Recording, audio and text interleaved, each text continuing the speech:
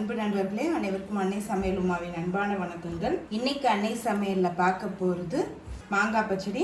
தமிழ் புத்தாண்டுக்கும் இந்த ரெசிபியை கண்டிப்பாக பண்ணுவாங்க. வாங்க மாங்காய் பச்சடி எப்படி செய்யறதுன்னு பார்க்கலாம்.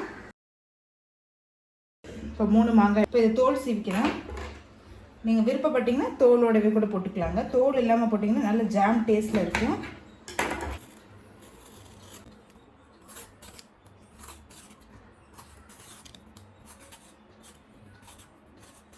இப்போ தோலெல்லாம் எடுத்தாச்சுங்க. இப்போ இதை கட் பண்ணிக்கலாம். இப்போ மாங்காய் எல்லாத்தையும் கட் பண்ணியாச்சுங்க. இப்போ பச்சடி பண்ண ஆரம்பிச்சிடலாம். இப்போ 1/4 கப் வெல்லம் சேர்த்துக்கலாங்க. கொஞ்சமாக தண்ணி. இப்போ வெல்லம் நல்லா கரையிற வரைக்கும் வெயிட் பண்ணலாம்.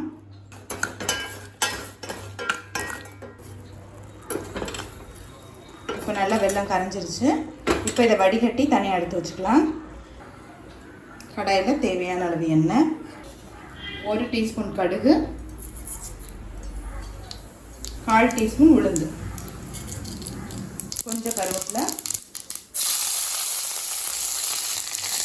கொஞ்சம் பெருங்காயம், 2 காஞ்ச மிளகாய்.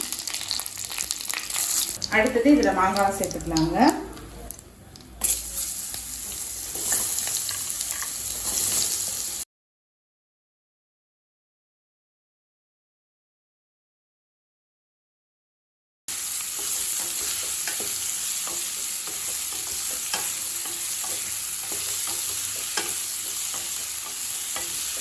கால் டீஸ்பூன் மஞ்சள்தூள்,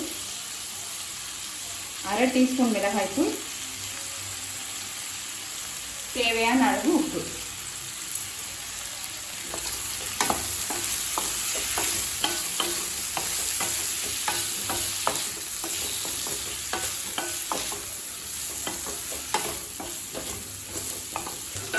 தேவையான அளவு தண்ணி சேர்த்துக்கலாம்.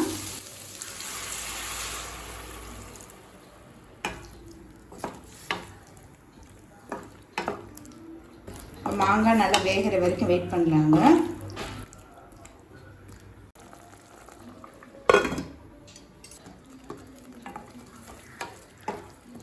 இப்போ மாங்காய் முக்கால்வாசி வெந்துருச்சுங்க. இல்லை கரண்டியாலே மேஷ் பண்ணி விட்டுருங்க.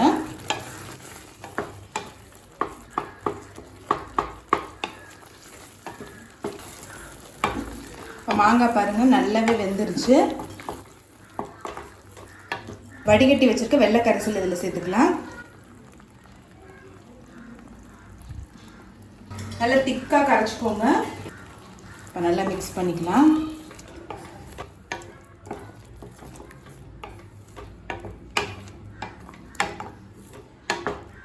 தண்ணியாக இருக்க மாதிரி தாங்க இருக்கும். கொஞ்ச நேரம் கழிச்சு பார்த்தீங்கன்னா நல்லாவே திக்காகிடும். இப்போ வெள்ளை கரைசல் சேர்த்துட்ட பிறகு ஒரு 2 நிமிஷம் ஸ்லோலே இருக்கட்டும்.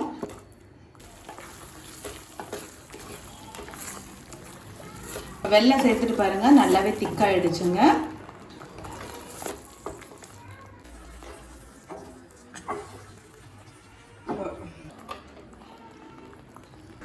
இப்போ சுவையான மாங்காய் பச்சடி ரெடி ஆயிடுச்சு.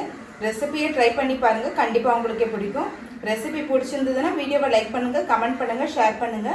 இதுவரைக்கும் அன்னை சமையல் சேனலை சப்ஸ்கிரைப் பண்ணாதவங்க சப்ஸ்கிரைப் பண்ணுங்க. தேங்க்யூ.